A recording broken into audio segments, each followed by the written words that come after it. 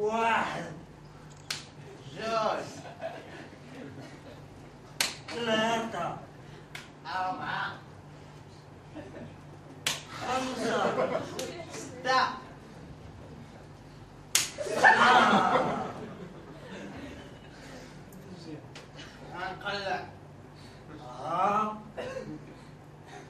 غنقلع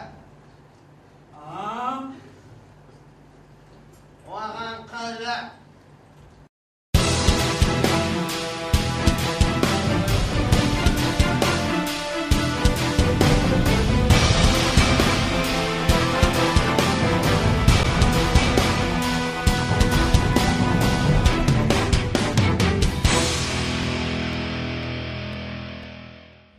Le projet Théâtre interculturel pour le dialogue et la compréhension mutuelle est réalisé par l'Action Jeunesse, groupe de jeunes de l'association Forum des Alternatives Maroc, et cofinancé par l'Union européenne. Il bénéficie de l'appui de l'Institut supérieur d'art dramatique et d'animation culturelle, l'ISADAC.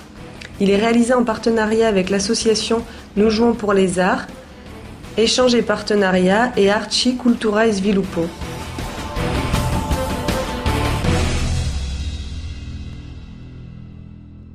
Le projet vise à contribuer au renforcement du rôle du théâtre comme outil de sensibilisation citoyenne, de promotion de la culture et de dialogue interculturel entre les jeunes des deux rives.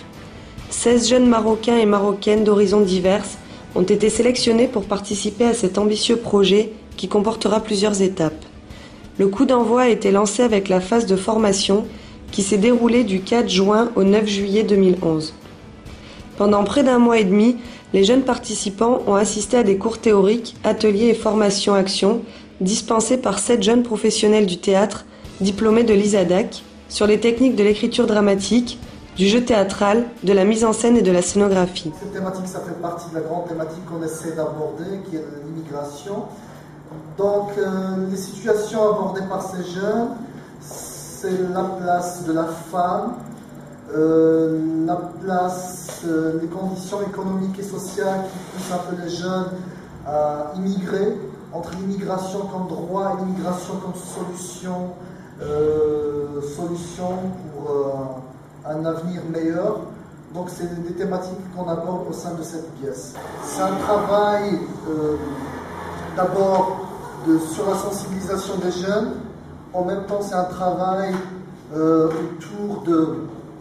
autour du développement de la personnalité de chaque jeune et en même temps comment aborder une thématique et de s'approcher de cette thématique tout en restant soi-même.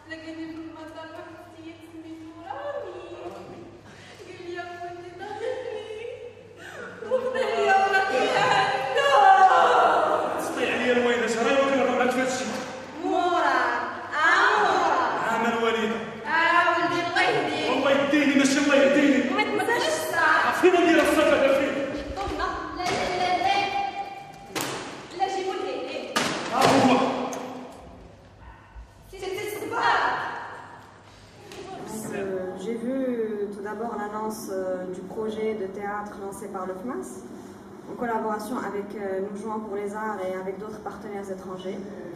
J'ai donc répondu à l'annonce et j'ai passé un entretien, suite auquel j'ai eu une réponse favorable. Donc me voici aujourd'hui parmi tous ces gens-là qui prennent part à ce projet. Jusque-là, tout se passe très bien. Donc, à travers plusieurs ateliers, on a appris beaucoup de choses, des notions qu'on ignorait auparavant, telles que la scénographie ou l'expression corporelle, ou bien en matière d'interprétation.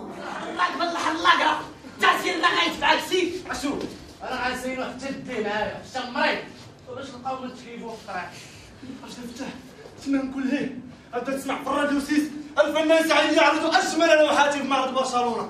الباتريزيات منها وصمنطات منها طبيروش والفلاشات كيعملوا في عيني والناس كاملين كيعرفوني. ميسي غيقول لي عافاك اخويا تاع سنين كذا ملي نشوف الطابلو ديالي غيبقى حال فمو. باغي نطلع لفوق، باغي نشوف النجوم.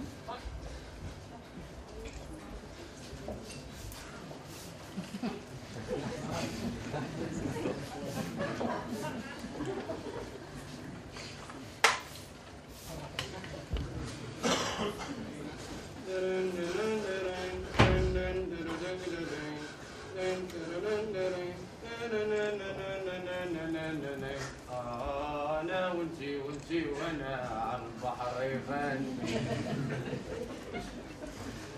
غني يا موجة غني غني على البحر يغني غني يا موجة غني غني على البحر يغني كيف اللي شايف محبوب متهني انا وانتي على البحر نغني كيف اللي شايف محبوب متهني انتي وانا على البحر نغني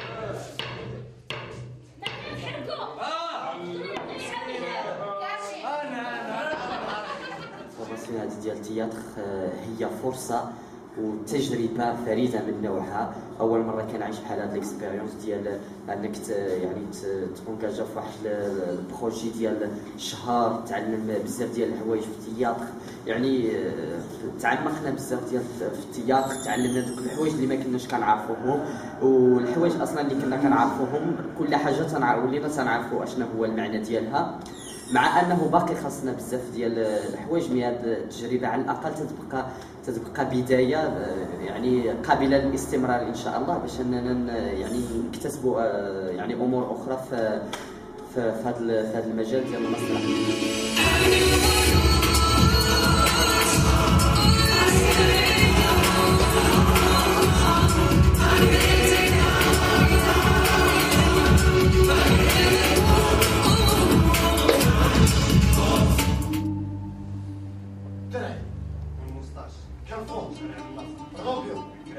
سرقانة سكرانة البار طنجة ترعي والمسطاش كرفوس شارع الناصر روبيو كراش سرقانة سكرانة البار طنجة ترعي والمسطاش كرفوس شارع الناصر روبيو كراش سرقانة البلاص تما غير مشتتين. إلا ركبتي فولار شي طالياني أعطيك 100 أورو، وإلا ركبتي ليه شي سرجم يعطيك طوموبيلة. إيوا تهلا وعندك لا تنسانا وعندك لا تنسانا ونسيتك انت الله يا في الوالده هي وديك اختي. الوالده واختي واختك بين عينيا.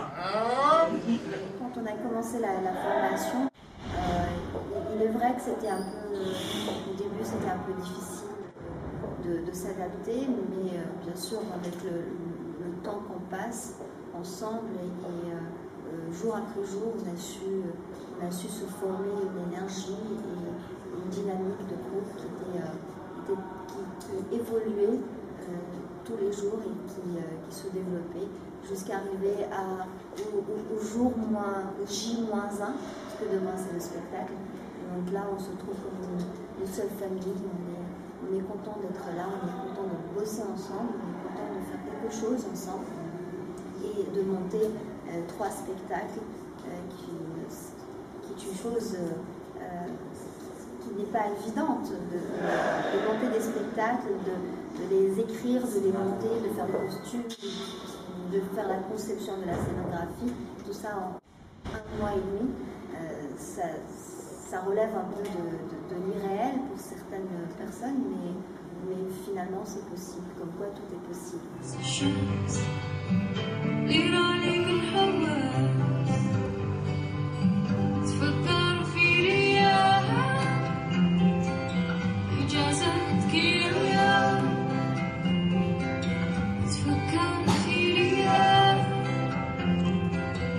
Just